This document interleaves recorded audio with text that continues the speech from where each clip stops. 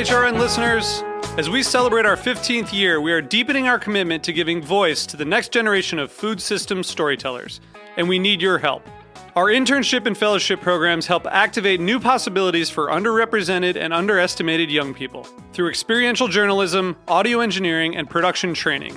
Through these unique programs, HRN helps food equity stewards build essential workforce readiness skills that expand their potential and foster economic mobility. Please consider supporting these critical programs. And with a minimum donation, you can be entered to win a dinner for two at an amazing restaurant in one of 8 cities and tickets to a concert at a great venue in one of those cities. We have incredible partners across the country who have donated, as they also share our passion for helping to educate the next generation of food systems storytellers. Check out heritageradionetwork.org/15 to donate and enter to win today. That's heritageradionetwork.org/15 to donate and enter to win today. And make sure you donate before March 31st. Thank you. Today's program was brought to you by Le Creuset, made in France since 1925. The first and finest enameled cast iron cookware and a favorite for generations. For more information, visit lecreuset.com. That's LECREUSET.com. I'm HRN's Executive Director, Katie Mosman-Wadler, with a preview of this week's episode of Meat and Three, our weekly food news roundup. This week, we're looking at the way labels shape our perspectives on food. I know you're not supposed to judge a book by its cover, but is it acceptable to judge a wine by its label? There are some labels that I'd say are so bad they're good. As long as your paperwork's in good shape, you'll get a grass-fed label. Tune in to this week's Meat and Three on Heritage Radio Network. That's Meat +THREE. Available wherever you listen to podcasts.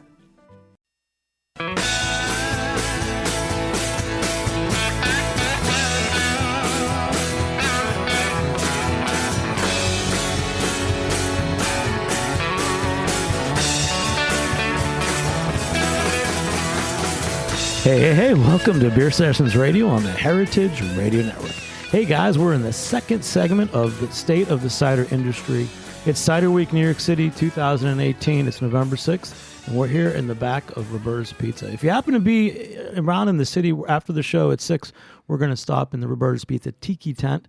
We're going to have a cider maker hang out and bottle share. I know you get to try some original Sin cider and Graft cider and some other good stuff. But we got some great guests here. We were just talking with some national figures about the state of the cider industry. And Gidon, Gidon Coll from Original Sin, you're one of the reasons we put together this special podcast. What is it about the industry as a whole in this country that you wanted to address mostly? I just think that it's an industry which has attracted such a colorful group of people who have just such different visions of what cider can be, which is to the benefit of the category, including people in this room. And I think that as cider grows and as bars start adopting a policy of having more than one cider, that really is a critical element of it. Great. So Gidon's here. And Ron Sansone, you also wanted to do the show. You were a podcaster and a blogger who's opened your own cidery, Spoke and Spy in Middleton, Connecticut, right? Yeah, it's been exciting. Traveling the world, drinking cider, meeting people like Gidon and everyone. And then something new's coming up, right? You got a Connecticut Cider Week is a new thing we did. We actually created a cider association, and then we created a Connecticut Cider Week, and it's our inaugural year. Next week, we're going to have our first. Great. And Eleanor, you're with us from Eden Cider in Vermont. Hello. And you have a new tap room too, don't you? Yeah, in Winooski, which is right. It's the Brooklyn of Burlington. Right near Burlington. And we got Kyle here, Kyle Sherrer from Graft. Hey, how's it going? In the Hudson Valley, right? Yep. What town are you in, actually? We're in Newburgh, New York, which is about an hour and a half up from New York City. And then is there a tasting room there also? There isn't, though. We're hoping to open a barrel house right across the river in Beacon in 2020. That's great. And also our other guest, Jenn Smith from New York Cider Association. Yes, and I'd love it if we could have Kyle tell us what we're drinking. Oh, yeah. So, we're drinking native. It's a Hudson Valley spontaneous cider. We pressed off. It was all sourced actually from a brewery up here, Sloop, that has a farm. So Graft, it's called Graft Cider Native? It's just called native because it's all native yeast, all native apples. It's supposed to kind of capture the wild yeast and bacteria and the flavor profiles that are created by them, because at the end of the day, we use less tannic varietals, so a lot of the flavor profiles are created from the yeast and bacteria, and we want to kind of showcase that. So we macerate the apples into pumice. We let it sit for a week, and as soon as fermentation starts, we get it away from oxygen into barrels, let it sit 9 months on top of the lees, and then package and let it sit another 3 months before we release. Cheers, guys. Welcome to the second episode of the State of the Cider Industry. Cheers. And we've got our first call in, one of our good buddies from the Pacific Northwest. We talked to Mike Beck from Michigan earlier. Now we're going to talk to our buddy Reverend Nat West out in the, I didn't say Pacific Northwest because to me it's all the same. How are you, Nat? Welcome to the show, man. Very good. Thanks for having me and including me from the faraway reaches from New York. You know, you've always impressed me. You've come to New York, done some marketing. You're doing something totally different out there. Give us a little overview of your philosophy of cider, the apples that you have available to you, and some of the success that you've had, because you're doing some rockin' stuff out there. Yeah, I think, the story of Pacific Northwest cider, or more importantly, the story of regional cider in the U.S. and indeed around the world, is one of the apple. What apples are grown where. It determines what kind of ciders that you make. So we don't have the varieties of apples that you guys in New York do. I speak with people from other parts of the country, and they get bummed out about Macintosh. Oh, I got too many Macintoshes, or I got too many Baldwins. Or I'm like, man, I kill for any of those varieties, because the ones that we have out here, but we have in huge quantities, are Granny Smith, Golden Delicious, Pink Lady, Fuja, Gala, stuff like that. So we really have to make ciders that taste great with those apples that are available to us. Similarly to the way that folks in England don't import, Granny Smiths or Red Delicious, because they have those awesome bittersweet apples out there. So they make ciders that really accentuate the apples that are growing there as well. Great, man. We've got a great room here. Eleanor from Eden Cider, Gidon from Original Sin, Kyle from Graft. So we're going to ask you some questions too, okay? Who wants to start off with Kyle from Graft? Hey, how's it going? I'm wondering, since you guys make such a wide variety of ciders, kind of, from when you started to now, how is your kind of vision of how you craft your ciders, or what kind of ciders are you making now that you weren't making back then that you're excited about? Yeah, that's a fascinating question, because I think the question that you could have asked is what have preferences become? What have cider drinker preferences become in the last 7 years since we started? And I think in a lot of ways, what I make is just an indication of what sells well, what people want to drink, what the cider market out here is demanding. There's, you look back 7 or 8 years, and there was a story being told by a lot of startup cider makers at that time about how we didn't have enough bittersweet, bitter sharp, true cider apples, and that was going to be a depressant on the growth of the industry. How we couldn't make enough cider because we didn't have the apples. And now there are apples. There are those those awesome French and English bittersweet, bitter sharp apples available on the market, and nobody's buying them. I could buy a bunch of frozen juice from last year's harvest. I could buy a bunch of fresh apples right now from growers, and there isn't a big clamor for them because, we made those ciders back then, and customers, they didn't sell well. I mean, there was a reason why, White Oak Cider in Yamhill County, he was in the business in the 90s and went out of business because nobody wanted those ciders. Ford Farms, another early pioneer of those English styles. And it wasn't until, folks like myself and Two Towns came along and really started making delicious cider with those more commodity apples that were available, that customers really adopted cider out here. A simple example is Wandering Angus. They started off making great ciders with heirloom and cider apples, and now the Wandering Angus side of their business is very small, and the Anthem side of their business is much larger. And Anthem is made using the same kind of apples that I use. So we really have shifted from the complaint about not enough cider apples to I don't really care about cider apples. I'm interested in making cider using dessert fruit. Gidon has a question for you. Hey, Nat, how's it going? Firstly, I visited Nat when he was still making cider out of his garage, and he really bootstrapped his cider company from the beginning, which is pretty amazing. And I must say about Reverend Nat, who's someone I feel like I know this industry well, he's oftentimes the most charismatic and smartest guy in the room. When it comes to lecturing at Cider Con, he used to give a lecture about starting a cidery, which I know was very incredibly well thought out, as well as his most recent lecture last year was about the importance about being an outlier when it comes to the products you're making as well, which is something his ciders have always been. So you cashed that check that I sent you. But actually, so what's the question? Here's the question. The question. PP's champagne. The question I have, obviously the Portland cider market is the largest per capita cider market in the country. You do sell your product at a higher price point than the rest of the country. Tell us about the Portland market and whether you see that other markets, the higher price point translating to other markets in the West Coast as well.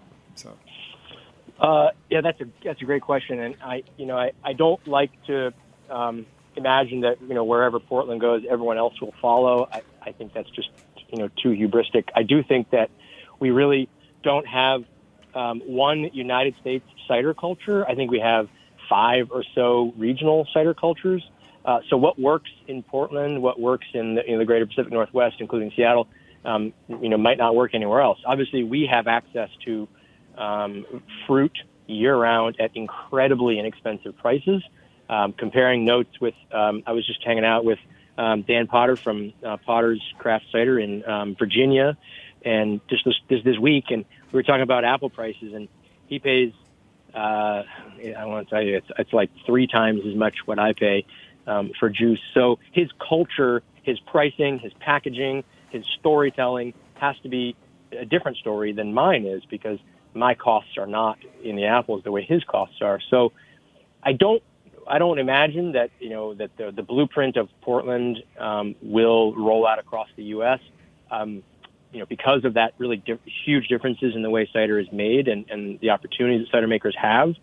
But on the flip side, I can say that it will roll out like Portland did, in that Portland was it still is in a lot of ways the center of craft beer in America. And I think that the path that we're on as cider makers and cider industry is just in the same path that craft beer was on. And some of the earliest producers of craft beer in America were here in Portland, and they're still around, like Widmer Brothers and McTarnahan's and Deschutes.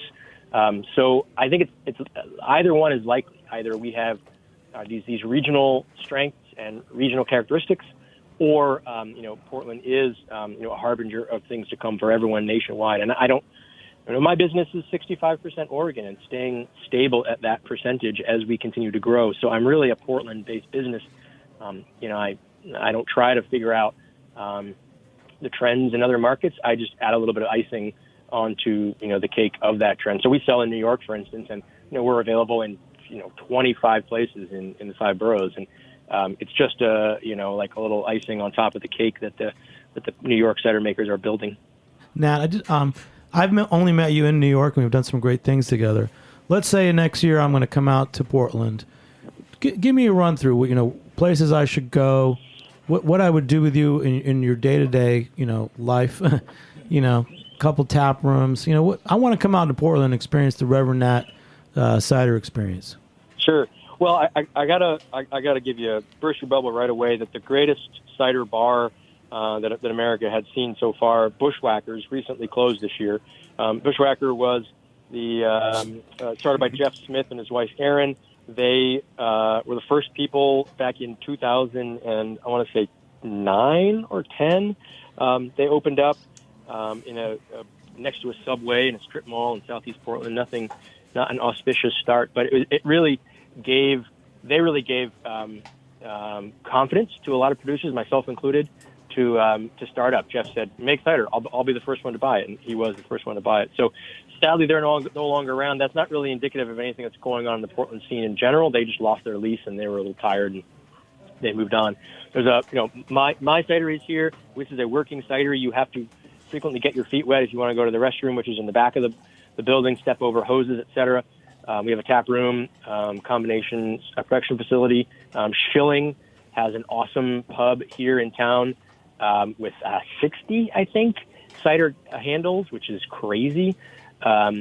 you want to also get out of Portland as well. We could go down and visit Kevin Zielinski at Easy Orchards. He makes French-style, French-influenced cider, oftentimes better than French ciders that I've had. Now, you know what's up? We actually, Gidon just poured an Easy Orchard. Which one is it? So you can talk to us about it.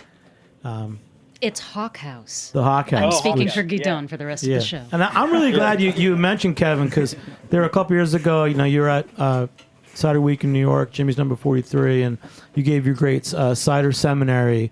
And I think we had Kevin came out and gave a talk as well. Yeah.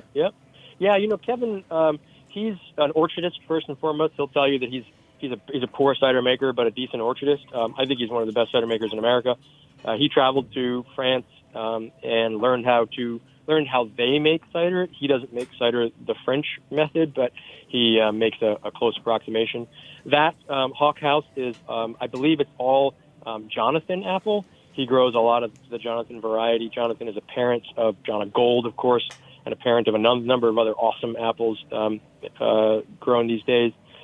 He does a really elaborate, slow, cold fermentation that results in just these amazing bouquets and frequently some residual sweetness. That cider was named after a literal hawk house that he built on his property to keep the fruit-eating birds out of his orchard. He adopted a family of hawks and encouraged them to kill little birds. So that's the naming of that cider. He's a fantastic little bird guy. kill. I like that. The little bird killer cider. Yeah, that's what it could be called. Gidon's got another question for you. Well, I got one comment about Easy Orchards. Is it a question or a comment? Well, it's a comment. I can. No questions. I actually went to Kevin's orchard. One nice thing about his orchard is many years ago he got these varieties from France, which he's the only orchard in the country which he grows. And I was walking through the orchard. I had an apple. It was delicious. It was a really interesting rusted apple. He sent me signed wood the next year. But one of the interesting aspects of his cider is the cider is made from French apples that no one else in the country is growing. So it's really unique cider. So. Yep. Yeah. And Nat, what else are you doing? I mean, you're mostly focused on Portland market. I know you've been to New York a couple of times. Are there any national events that you go to? Any other things that we should learn from you? I think that my position in cider is, and I mentioned this metaphor already, it's really the icing on the cake. I recently started selling in North Carolina about a year ago, and I absolutely love North Carolina. We're going to start selling in Virginia here pretty shortly. I love both of those markets because there is a strong established cider culture there. And in a lot of ways, the same thing is happening out here. Two Towns is the behemoth in Oregon, and we're sort of a value add. We're like a next step, or we're an alternative to. So when I go to North Carolina, there's some great producers. Red Clay is a fantastic producer there. Noble Cider out of Asheville. They make great ciders, and they can go fight their local fight and educate consumers and educate buyers about what cider is and how cider should be treated. And then I can come in and show them what incredible diversity ciders can have. From on the one end is the kind of ciders that Kevin makes, and on the other end maybe some of the more esoteric ciders that I make. And it's really important for me to encourage cider makers around the country to educate. And then I can come in as just, maybe even not the icing on the cake, just the candles on top of the icing on the cake. My mission is not to take over when I come into a market. It's just to show this vast diversity of cider as a beverage. People tell me sometimes, oh, I don't like cider, and my response to them is, that's like saying you don't like sandwiches. It's almost impossible. I mean, yeah, sure, some people don't like what sandwiches. What if I don't like sandwiches? I mean, okay, you don't like sandwiches, but nobody ever says I don't like sandwiches, because they're like, I don't like peanut butter and jelly sandwich. I don't like a ham sandwich. Okay, there's a lot of diversity out there, and that's really my mission, is to broaden the perspective of cider in the U.S. for consumers. All right, and Kyle from Grafton has a question for you. Yeah, I think you touched on a lot of great things about regionality and how each kind of region is defined by its makers and the apples and what they choose to make. I know that it's a diverse market out in the Pacific Northwest, but what would you say kind of is the defining styles that are kind of becoming popular with consumers out there that when you travel to other kind of regions you see being less popular Just kind of as like, because in New York and everything, we try to kind of create some of our own industry, and I've seen different styles become popular in different areas based on who's able to push and pull. So I am interested in what the Pacific Northwest kind of has been pioneering, because there's not a lot of communication right now, which I think is the most interesting thing. Even though we have social media and Instagram and everything, there's very little communication on what's going on the West Coast versus what's going on the East Coast, and hopefully that opens up a little more. But I would like kind of your thoughts on what the differences are.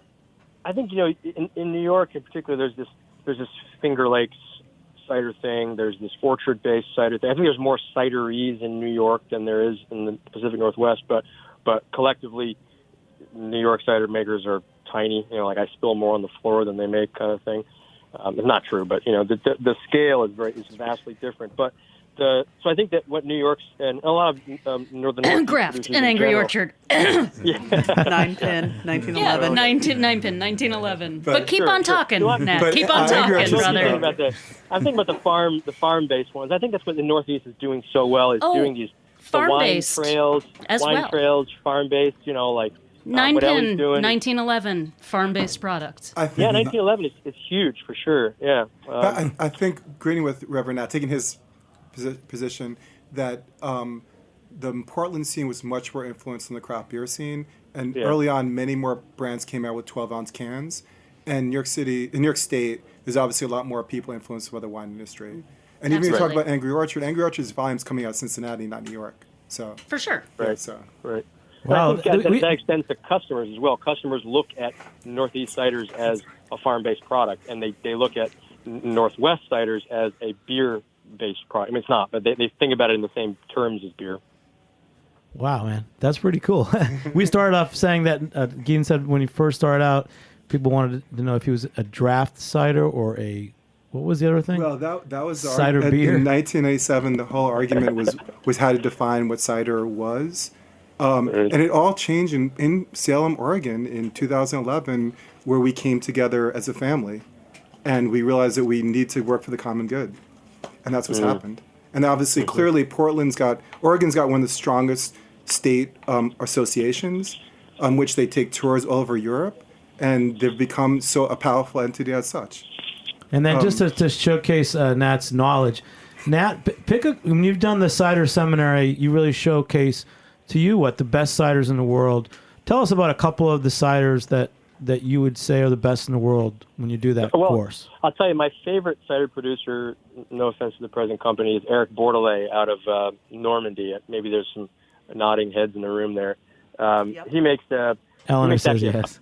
He makes a perry of fermented pears, not apple. His apple ciders are fantastic, but I think his perries are otherworldly.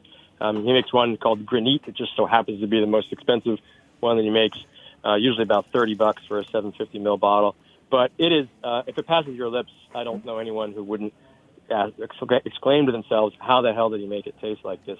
Those are my favorite ciders to drink, the ones where if you gave me all the time materials in the world, I still wouldn't know how to make it. I wouldn't make it taste like. That's what I love about Ellie's ciders. It's like, I drink them and I'm like, there's no way I could make a cider like this. Same thing for Kevin Zielinski. And then, to the 10th degree is what Eric Bordelais is making. Same thing goes for some of the Spanish producers, particularly the Asturias region. Not so big on Basque ciders myself, but some of the Asturian producers like Fanjul are just doing a fantastic job. And we can get some of those products here in Oregon. They are that sort of vinegary, acetic acid flavored, but they're light on that, and they can be just such crispness, dryness, and drinkability on some of those Asturian ciders that are just, again, I don't know how they make them. I mean, I've asked them, and they've explained it to me, and I still don't understand. It doesn't make any sense to me. So I think there's just some fantastic ciders coming out of Europe that we're never really going to be able to clone in a really effective way. But the same thing could be said for wine or German Pilsners. There's no American brewer who makes a German Pilsner that tastes good in a lot of ways. You're a rock star. I'll tell you what, I promise you we're going to get you back on and do a whole hour with you. But right now we're just going to take a short break. We'll be back in a few minutes on Beer Sessions Radio, State of the Cider Industry. All right. Woo! Today's program was brought to you by Le Creuset, the first to pioneer colorful enameled cookware over 90 years ago. They've been a favorite for generations through the meals and memories the cookware creates and the style it expresses. My name is Kat Johnson. I'm the Communications Director at Heritage Radio Network. When I'm not making food radio, I'm making food, and my favorite cookware is the 8-quart marine blue Dutch oven that never leaves my stovetop. Not only because I use it constantly, but because cabinet space is at a premium in New York City kitchens. My boyfriend and I were gifted our Le Creuset by his family last Christmas, and it was the first piece of enameled cookware we'd ever owned. I'd been fawning over the marine blue color, especially when I realized there were only a few left in stock. When we unwrapped the box, we were pleasantly surprised to see how big this thing was. I immediately started imagining what I could cook. Roast chicken, Texas-style chili, a leg of lamb, or my favorite, a huge batch of Marcella Hazan's bolognese. Head to lecreuset.com/HRN, that's LECREUSET.com/HRN, to see all the new products and amazing holiday gift deals. HRN listeners will get 20% off the new Le Creuset cookbook with the code HRN. Hey, welcome back to Beer Sessions Radio. This is a crazy cider drunk State of the Cider Industry show. This is our second hour. We're live at Heritage Radio Networks, Roberta's Pizza.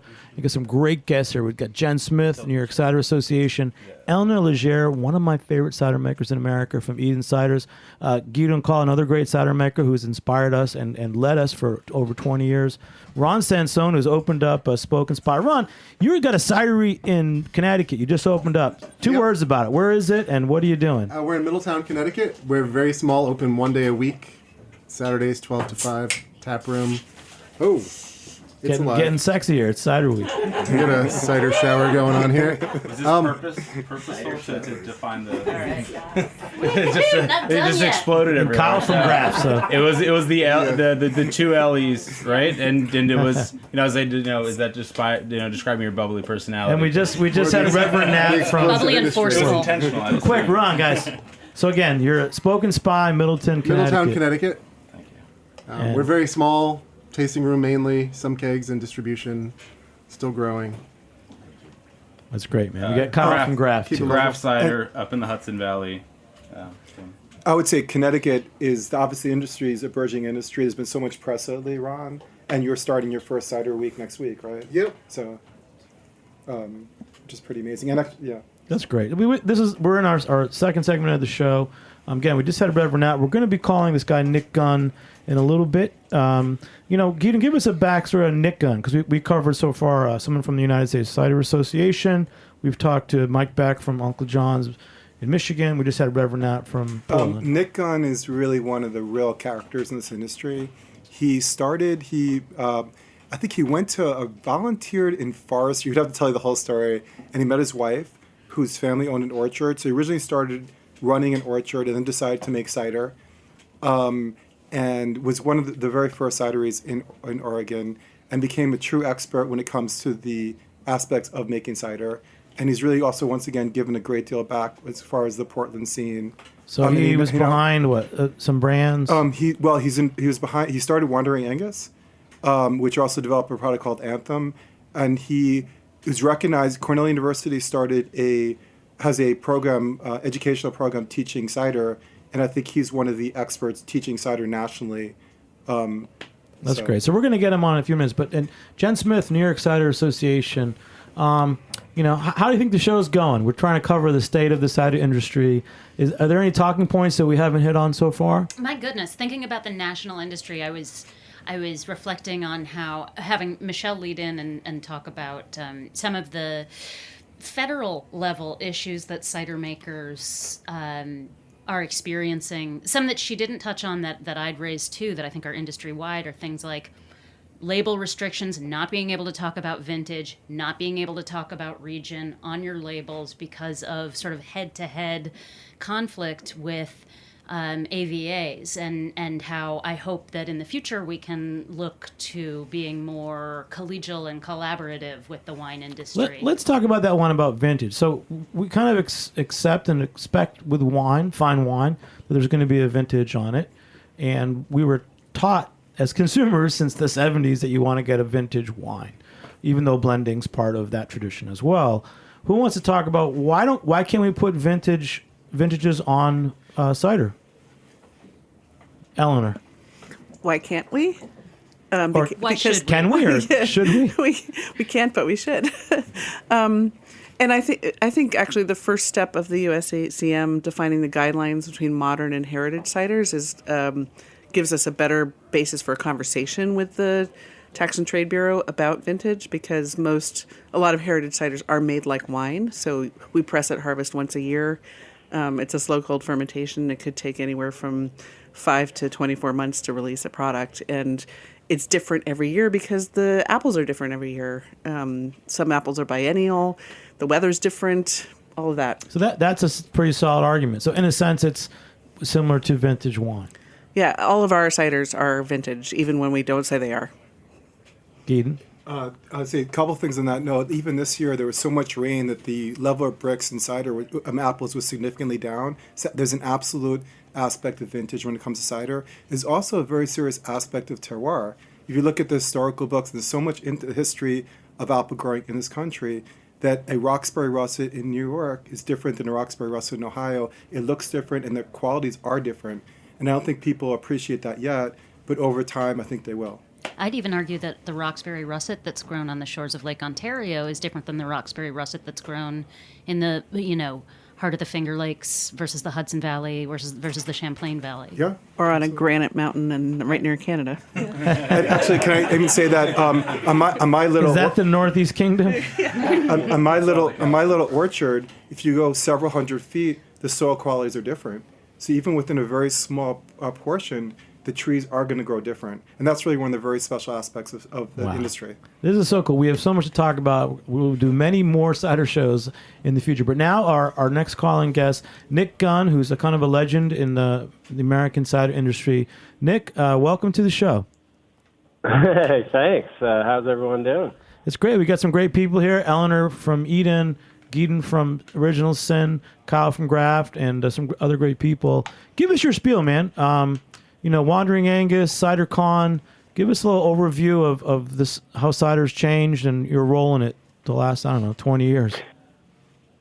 I'll do a briefly edited version, because all those folks you have there have probably told you a lot of great things already. But I started a cider company in 2004 with my wife, Mimi. That's when we started Wandering Angus off of a vineyard area that my wife's parents planted a vineyard in the 70s here in Oregon, and we had some land that wasn't growing very good Pinot grapes. It was a little swampy, so we decided to grow some apples and get involved in fermentation of another sort, not compete directly with the family business, which is Bethel Heights Vineyard here in Oregon, and they're still in operation to this day. And we learned cider making through winemaking and kind of transitioned from a very small cidery. We started at about 300 cases a year in 2004, and by the time I left the company a couple of years ago, it was up to about 200,000 cases a year. So it was it was a long time, and when we started, there was only about 5 cideries here in the Northwest and maybe 50 across the country, and it's obviously changed a lot today. So it was a fun ride, and I'm still very much involved in the industry in other aspects. I'm a cider consultant now. I do a lot of work with startup cideries as well as growing cideries. And I just really like teaching cider making and helping other people learn how to make cider. So I'm involved with the Cider Institute of North America on creating training programs to help cider makers get better at their core science concepts of how to make good quality cider and just be better stewards of this awesome libation we love so much. Great.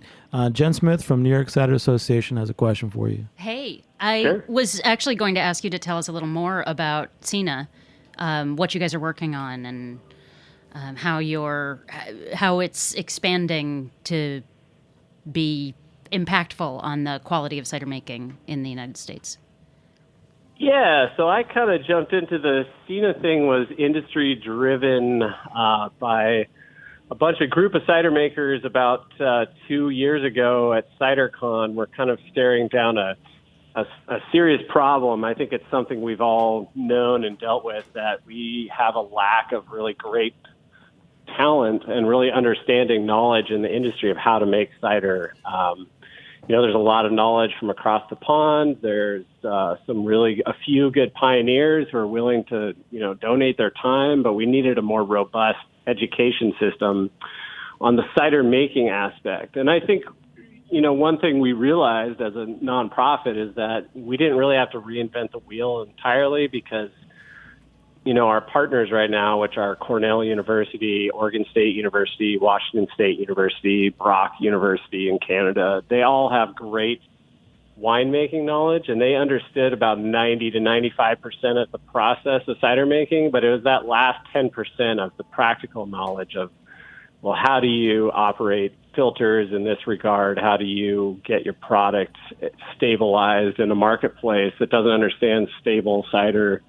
That was a major, we felt like it was a stumbling block for the industry, really, that quality at the top of everything has to be our number one objective. And so we are in the process. We already have a core curriculum, a base level, kind of an apprentice or foundation course that's being taught at all those universities I spoke about, that we are overseeing and helping them kind of accredit. So we're an accreditation group that's industry driven, that kind of oversees all that education. But the next phases are a intermediate level and advanced level curriculum that will be much more built out. And by Cider Con of this year, we'll be releasing our intermediate level coursework. So, Nick, it's called CINA. Can you just give us the website? Yeah, so that's CINA is the acronym, and it's Cider Institute of North America. So it's it's basically an educational advocacy nonprofit. We're not a member organization. We're kind of by the industry, for the industry. And we're just kind of here to really help guide the existing education framework that's here in America, the really great research institutions, and help them understand, what does the industry need to move forward. So we're working with Cornell and Oregon State to develop the curriculum. I am going to check that out, because it's exactly what I need to learn more about. And Eleanor from Eden, she's got the next question for you. Hey, Nick. Cool. Hey, Eleanor. My question is, I know you're doing consulting as well, and I'm just wondering if you would share, what do you see the most common issues among cider makers that CINA will address? But as you in your travels, what do you sort of see as sort of the most common issues?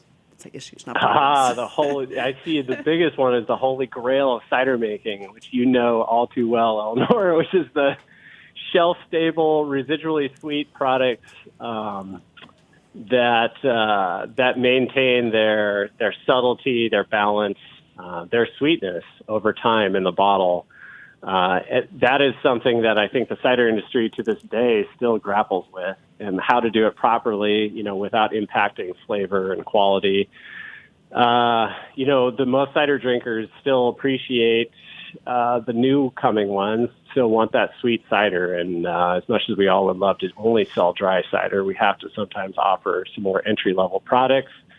So stabilization is a really big one. But then the other one is really the business side of things, which I'm helping CINA work on more. We're building out our professional program of how to teach better business concepts of cash flow management. And I think a lot of cider companies, especially now with our more hyper-competitive market, need to really understand how to figure out their profitability points and really understand, what products are going to work and what aren't.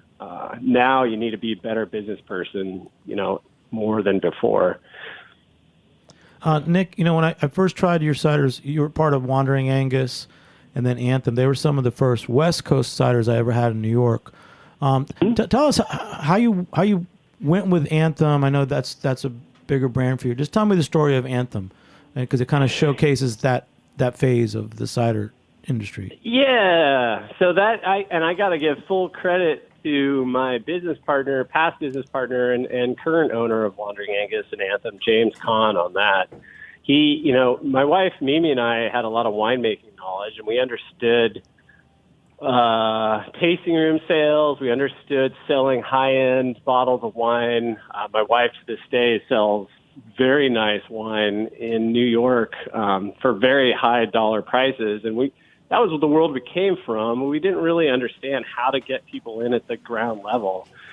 And that really took the business mindset. And James, that's what he brought to the table. It's really the understanding of, well, to get in at a lower price point, you have to start figuring out how to make do with apples that people aren't really appreciating, the underappreciated cull apples, which here in the Northwest would oftentimes just get dumped because they literally just could not find homes for them. People were just dumping apples in ditches.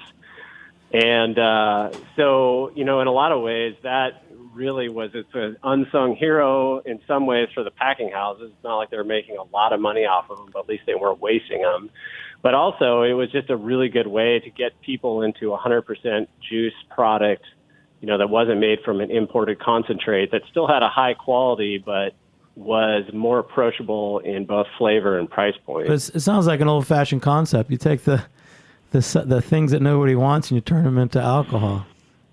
Which is exactly cider's heartbeat. I mean, that's the pride and joy of cider making. It's always the ugliest, the nastiest, the bitter apples. I mean, it's the beauty of cider that you can really make some beautiful stuff out of things that other people just kick to the curb. Wow. Hey, Kyle from Graft has a question for you. Hey, how's it going? Hey, Kyle. Hey, good to hear from you. Quick question for you. So you're talking about the hyper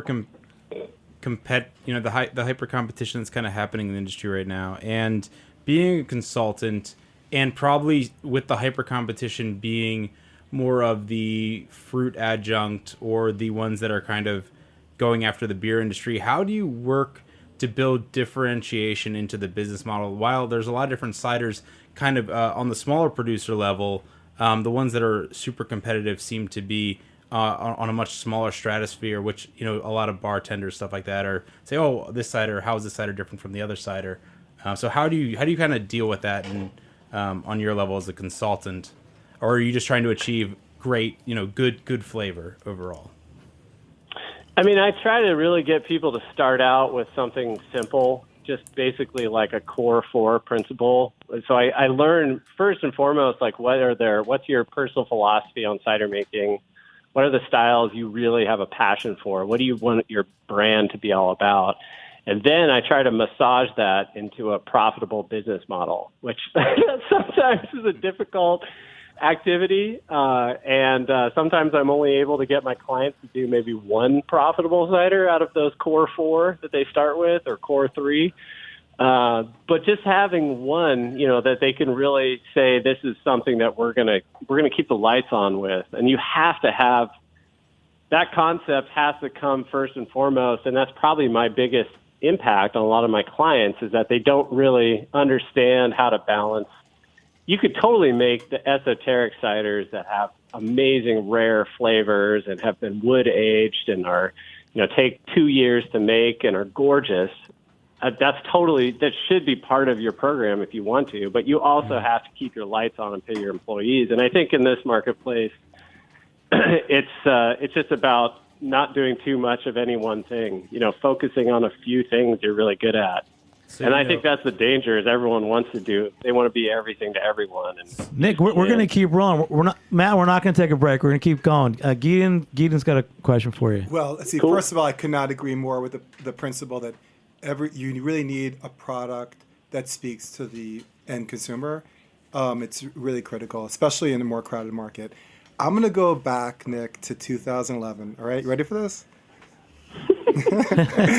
I like Nick. Nick, you're laughing. You're the first call we've had.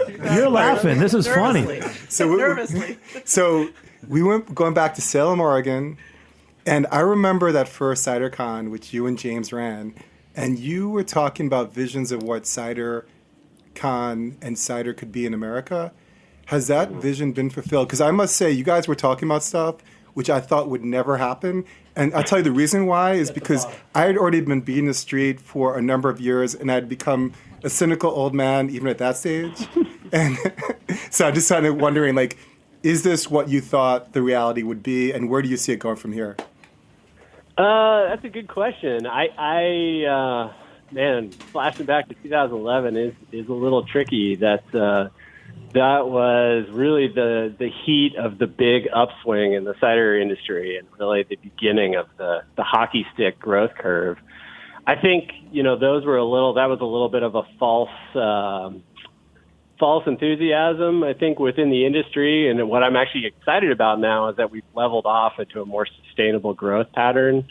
We're not, and no one's out there expecting 100% year in, year out growth, or you shouldn't be. That's just not a sustainable business model. No industry can grow that fast. And I think now we're seeing it settle into just smarter business concepts. The people that are doing well are the ones that, like I said, understand cash flow. They understand how to make great cider, but they also understand how to run a really good business. And that is going to prove better for the long run than this kind of all of a sudden there's just 1,000 ciders out there, and some of them are good and some of them aren't. I think I do see good times. So my vision is somewhat fulfilled. I got to say that I didn't really understand whatever the rest of the world was doing. I think James and I had a really focused idea of what we wanted to do. I think what's really exciting is that the rest of the industry had kind of grown up around us and continues to grow beyond. And I think now I do see more growth. I just see it. I see it in a smarter way now. I think it's still going to be another 20 years, maybe 10 years till cider has the recognition that, maybe some of the better craft beers have in local craft beer areas. But it's coming along, and it's going to get there. Go ahead. Nick, just stay with us for a minute. We're going to just talk in the studio for a minute. So, Ron, we just tasted another. We've been tasting ciders throughout the show, too. Ron, what's this next cider we have? Headwater Cider Company's New England Dry from Massachusetts. Wow, who brought that? Gidon brought it. Gidon brought it. Down from Cider Days. Yeah, let's come back in studio for a minute. It's the other Peter Mitchell. And Peter is working to establish the Massachusetts Cider Association, I think. So. Yeah, he's awesome.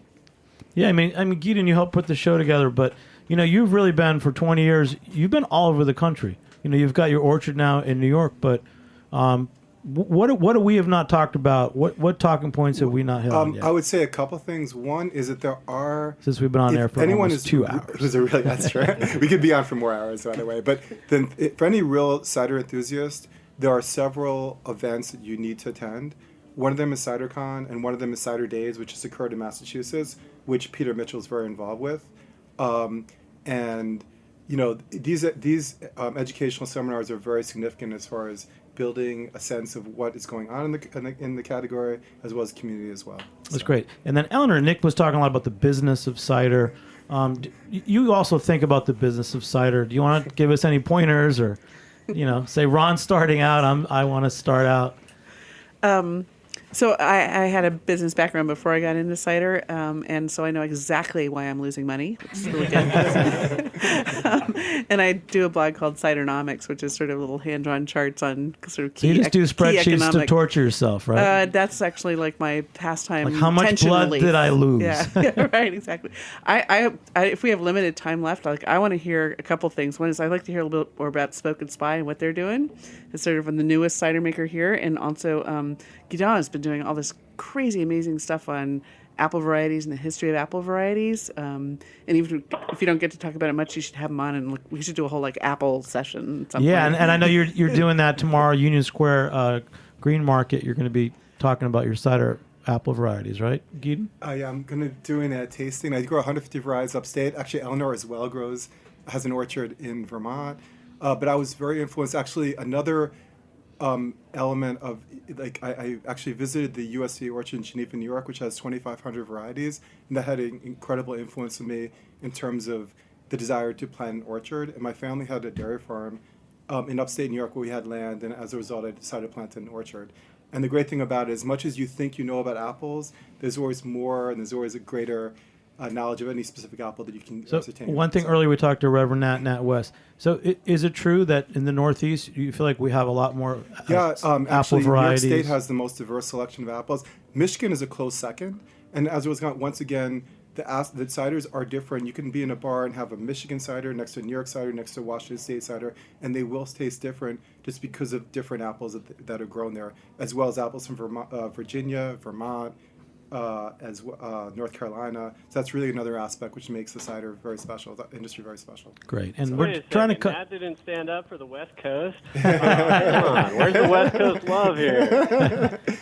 Well, You're we- the largest apple producer in the planet.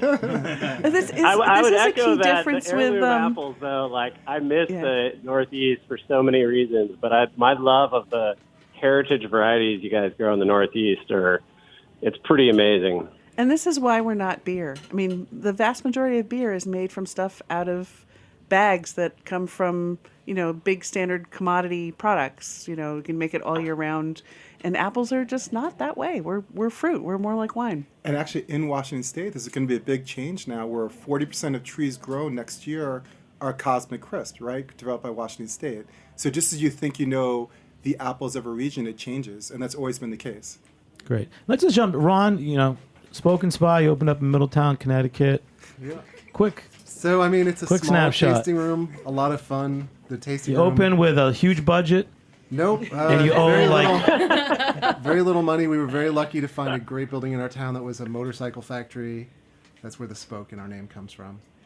And, we worked with the town, got a great lease, worked with local orchards, got great apples. You're making the cider. We make all the cider there, everything we sell. And the tasting room is open one day. I like so your it's- model. I like when there's not debt. You're not in over your head, Yes. and you're going to try to generate cash flow. I bought as much used equipment as I can. I worked with great orchards with, reasonable prices, and it's just. Nick, what it's would you do nonstop fun. if you came here and you met Ron's just starting out? Even he I doesn't know want to Nick. say, but I know Nick. What do you give a guy who's really just started out like that? And I would run away from Ron like he was on fire. and he has no budget to pay you, right? I mean, he's been working at this a long time. I think the biggest thing about Ron, which I appreciate, which I think a lot of people miss, is the planning that goes into it. He was a lover of cider forever before he ever decided to go pro, and I think he spent so much time honing in his craft and his recipes. I can bring business knowledge, as can Eleanor, anyone that understands business concepts really well, but to be a really good cider maker and to have a great palate, that takes a long time, and he put a lot of time in. He came already with a good palate, so he had good to go. No one's visited more cideries in this country than Ron. Ron is really I've been everywhere. True. So Ron, tell us. It's not just visiting the cideries. You it's the teach me, education. Ron. It's so the education too, I got to so. go to Spoken Spy in Middletown. I know our friends in the room. Where should I go? I want to go out west. I want to go in the south. Where are some places that pop up for you? Spain. I love Spain. I love England, Herefordshire. What about closer to home? Pacific Northwest is great. Yeah, but what my got you into favorite place is the Hudson Valley. There you go. So, But what got you into cider in the first place? Since Nick mentioned it, I I've went to known you a school in long England. time. So I went to school in England, started drinking in the 80s. I'm old, I guess. And before Woodchuck, before any of these other things were around. So got into cider, started making cider at home, and here I am. And do you think that we will ever have an appreciation of cider the way that the English did or do? It's different there. They drink cider like it's water. It's everywhere. I don't even think they consider it an alcoholic beverage. It's just. Except for the White Lightning. Yeah, well, that's a whole other. It comes thing. in 2-liter bottles. And also 3-liter bottles. Let's end with that. I wanted just a little talk about a cider culture. You can either aspire to or where we think our cider culture could go. Anybody want to tackle that? I would say Reverend Nat's point of educate. When I started in the late 90s, Brooklyn Brewery was my distributor, and the founders of the Brooklyn Brewery went bar to bar in New York City and educated people at a time when the craft beer scene was really at an infancy. So exactly what Jenn is doing and Michelle is doing is critical for the business. The more we get out there and just educate people on the grassroots level, the better. Jenn? I'd say contextualizing cider as a part of a food culture. It is a farm-based product. It is an agricultural product, and it is to be enjoyed as such. I think of what Steve Wood always said, which is the day when people feel like they need to keep a good red wine, a good white wine, a good beer, and a good cider in their closet in case somebody shows up is what we're aiming for. I like that. And also maybe we should have some cider for Thanksgiving, right? Yeah, just a little. Pick it. So why don't we pick cider? Yeah, Nick, anything else like, building that culture of cider in America? Anything? No, I would echo what everyone has said already, and just to say that the sense of place is totally part and parcel to the whole message, that every region has their own flavor, their own style, their own type of apples they grow, and people really buy into the locavore movement. For cider, that is a huge winning selling point over beer, which is mostly coming from, I can't remember if that was Eleanor or Jenn that was saying that, but it was coming from a one source spot. Cider is very localized, and people take a lot of pride in their all-American fruit and where it's coming from. I think cider has a lot of room to really enhance that. Nick, thank you so much for joining us, man. We're just going to wrap it up. Parting words. Gidon, you helped put the show together. Again, state of cider industry in the United States. The state of the industry is obviously an insanely large subject, and there are so many characters you could have on to discuss the elements of it. So it's impossible to properly analyze the subject within a 2-hour span. But I think that you had some good points. And then Kyle, last thing. So you're doing some cool. Everyone here is doing cool things for Cider Week New York City. What else are you doing this week? Because you're here all week, aren't you? Yeah. We're here all week. That's better answered by favorite tap room. Favorite tap where room? your product's sold. Copenhagen, because they're huge supporters of what we do. Amazing. Out here, Prospect Heights, Brooklyn. Love them, Copenhagen. Yeah, Beer Street. Great spot. You're doing something great with the Cider Society guys on Saturday, too. Where's that? We're doing a bottle. And Lou's here. Lou from Cider Society's here. Gidon is gracing us with all his apple knowledge on Saturday at Sunswick in Astoria, New York. It's the ultimate heirloom apple tasting and cider bottle share. So we're going to be a lot of great bottles are being popped. A lot of great apples are being tasted. And again, it's spreading the gospel of picking cider throughout Cider Week. Especially. And we didn't get to have you on, but it's great having you. The Cider Society on Instagram. And our special guest, Jordan Werner, who's kind of a cider expert and a producer of radio shows. How you doing, Jordan? Good. Thanks for letting me sit in and drink all this cider. And give us a quick shot. Last night you did a very cool event with Heritage Radio Network called Co-Ferments. We did. We took some of these things we've been talking about through this whole 2 hours here and expanded them into a conversation with not just cider makers, but winemakers and brewers. We had Lauren from Grimm. We had Vanessa from Black Duck Cidery, Krista Scruggs from Zaffa Wines in Vermont, and we had Derek Trowbridge from Old World Winery in Sonoma. And all of them are playing around with things that are a little bit different than what you would expect. And I think the takeaway for what we learned last night in the panel, which we'll post the recording on Heritage Radio soon, is that it's about expectations. And we've talked about that with language here today and style and all of these things. And if people know what to expect, they're either willing to try it because of that or try it because it's not going to be what they expect. Awesome. And then Jenn Smith, New York Cider Association, you came on a few years ago, started running the Cider Weeks. I'm really proud of you. I think it's a really special thing Jimmy. You've been doing. Amen. And we'll be there Thursday night. It's sold out, but Lower East Yeah, if you Cider didn't Fest. get a ticket, you should follow New York Cider, spelled out, on Instagram. And you might Cider give Week some away? on Facebook. No, so that you're able to take advantage next time we announce an event. You can also check out the calendar at ciderweeknyc.com. There are a bunch of great events. Jimmy's event on Saturday. Cider Feast NYC. Exactly. The Bushwick Cider Market at Brooklyn Cider House on Sunday. Great opportunities at every price point, ranging a broad array of But different Jen, styles. honestly, you really have done a great job. You know, you're from the industry. I really like you. And I just want to thank you so Jimmy. much for what you've I done. like everyone in this New room. York. So, Some of you I just learned I like you. big shout out. Thanks again, everybody. You got Kyle from Graph, Ron from Spoken Spy, Gidon from Original Sin, Eleanor from Eden, Lou from Cider Society, Jordan from Heritage Radio, and Jen from New York Cider Association. Thank you so much for joining me. Thanks to our producer, Justin Kennedy, engineer Matt Patterson, intern Dylan. I'm Jimmy Carboni. Thanks for joining us on the State of the Cider Industry Beer Sessions Radio. We'll catch you next time on the heritageradionetwork.org. All right. Woo.